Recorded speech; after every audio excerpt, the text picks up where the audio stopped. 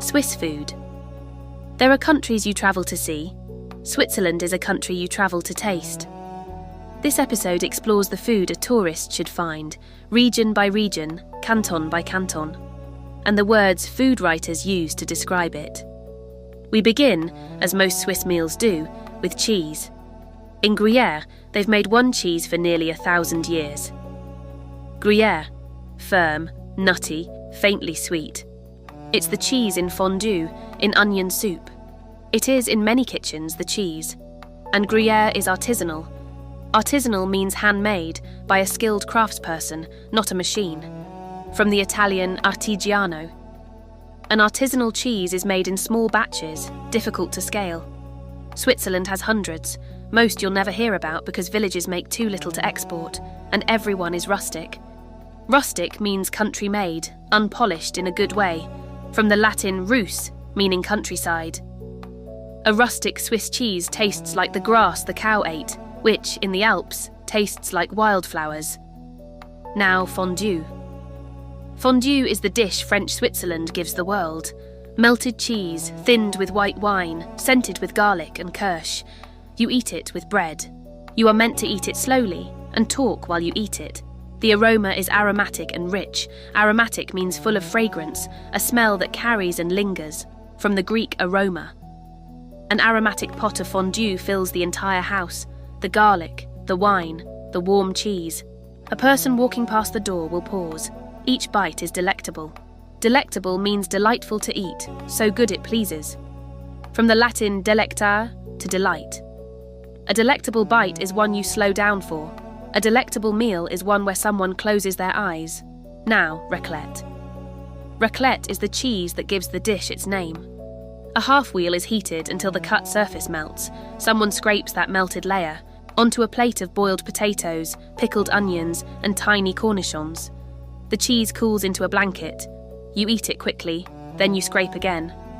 The melted cheese is succulent. Succulent means juicy, tender, full of the juices a dish should have. From the Latin succus. The same root gives us juice, suck, and succulence. A succulent bite of raclette is almost liquid. It runs across the potato. It slides. The flavour is sumptuous. Sumptuous means richly abundant, luxuriously ample. From the Latin sumptus, meaning expense. A sumptuous spread, a sumptuous feast. Something enjoyed without counting the cost. For a Swiss farmer in a hard winter, raclette night was the one sumptuous night of the week. Now, rösti. If fondue belongs to French-speaking West, rösti belongs to German-speaking North. Rösti is shredded potato, fried in a pan, until the bottom is brown and the inside is tender.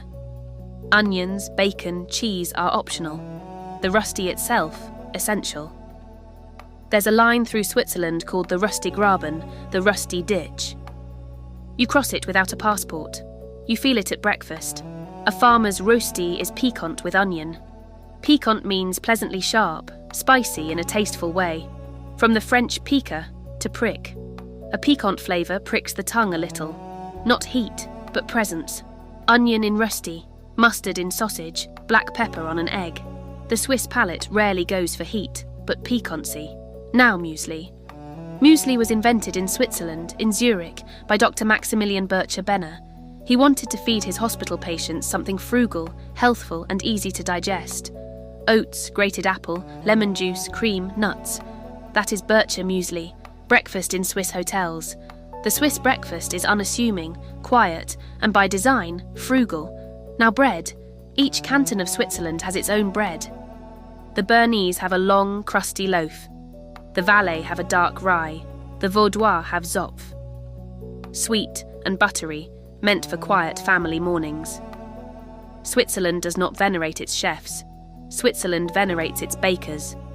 The baker is a venerable figure in a Swiss village, often the one who opens before anyone else, who knows everyone's name. A good baker's bread is ubiquitous at every Swiss table. Bread with breakfast with cheese, bread with soup, bread with the aperitif before dinner. Bread, always within arm's reach. Now, the cheese specialist. A cheese seller who has spent 30 years is a connoisseur. Connoisseur means one who knows deeply, discerningly, from the Latin cognoscere, to know. The same root gives us cognizant, recognize, cognition. A connoisseur knows Gruyère by smell, by feel, by the way the cut surface cracks. They are not snobs, but patient teachers. They will ask you to savour the cheese, slowly, thoughtfully. Savour means to taste slowly, to draw out a flavour. From the Latin sapere, to taste or be wise. The same root gives us savant, sage, sapient. To savour a bite is to taste it wisely. You take it on the tongue, you wait, you do not chew immediately, you let the cheese tell you. And then you will be asked to consider what is on your palate. Palate, anatomically, is the roof of the mouth. Figuratively, it's one's capacity to taste. A sophisticated palate tells the difference between mountain and valley Gruyère. A beginner's palate just knows it's really good. Both are correct, both are valid. You are, at a Swiss counter, allowed to have any palate you bring, and an unctuous, rich cheese like raclette when it melts will hit almost every palate the same way. So that is the first half of Swiss food.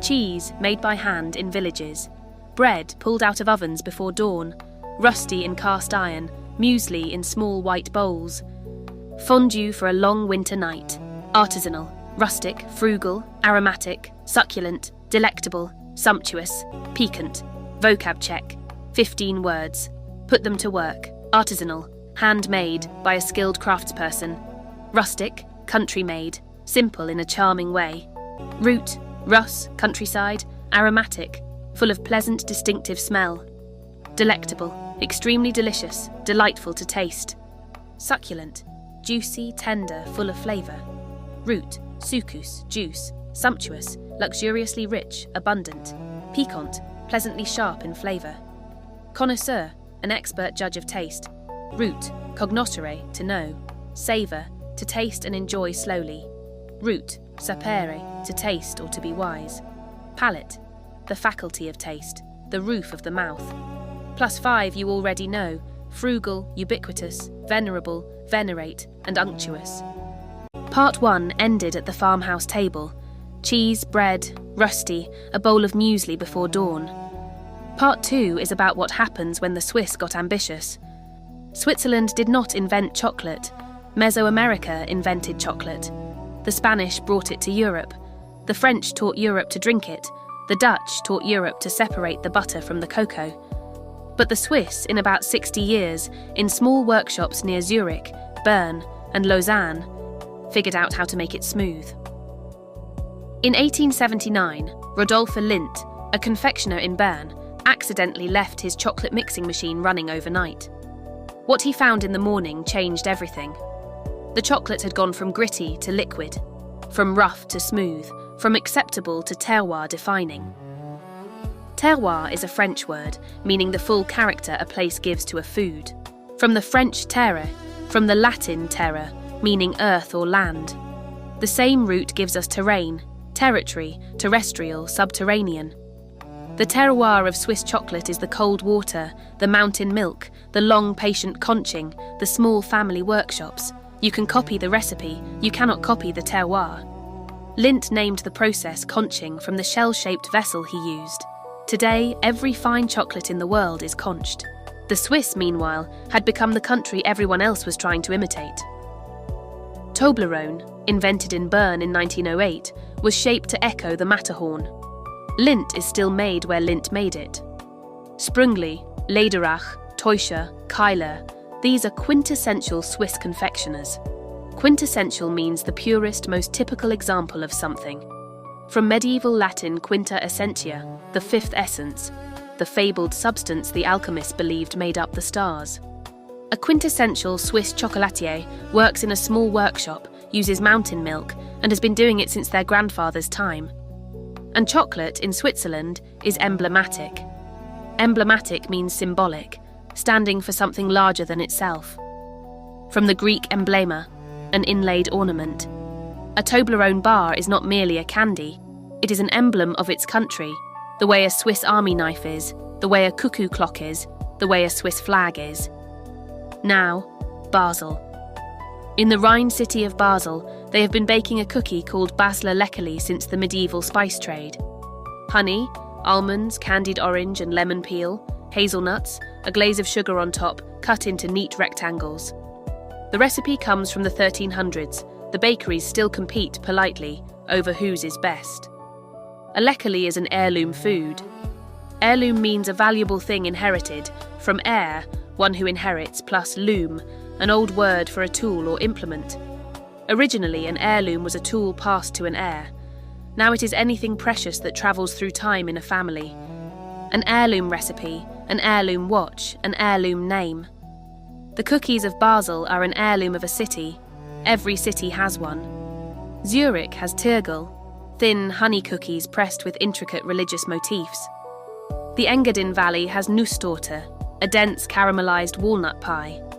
Graubünden has Bündner Nusstorte's close cousin, and the salt-cured, air-dried Bündnerfleisch, thin slices of beef that have been hung in alpine air for a year. The provenance of Bündnerfleisch matters. Provenance means origin, where a thing comes from, and the chain of how it got to you. From the Latin provenire, pro, forth, plus venire, to come. The same root venire gives us convene, intervene, advent, prevent. A wine's provenance is the valley it was grown in. A cheese's provenance is the chalet it was pressed in. A Bündnerfleisch's provenance is the alpine village whose air dried it. Provenance in food is not snobbery. It is honesty. It says, this is from here, and from nowhere else. Now, the Italian side. In Ticino, the southern canton that shares its language and its cuisine with Italy, the food changes completely. Polenta, cornmeal simmered slowly until creamy. Luganiga, a coarse pork sausage with fennel and red wine. Risotto, olive oil from the Alto Verbano. A glass of Merlot, because Ticino grows Merlot. This food is indulgent. Indulgent means generous, with oneself or with others in the matter of pleasures. From the Latin indulgere, to grant, to be lenient. The same root gives us indulge, indulgence. An indulgent lunch is one where you order the second glass. An indulgent dessert is the one you did not need and took anyway. Ticino is an indulgent canton. It has the weather for it. It is also decadent. Decadent means lavishly indulgent, often with a hint of moral or historical decline. From the Latin decadere, to fall down.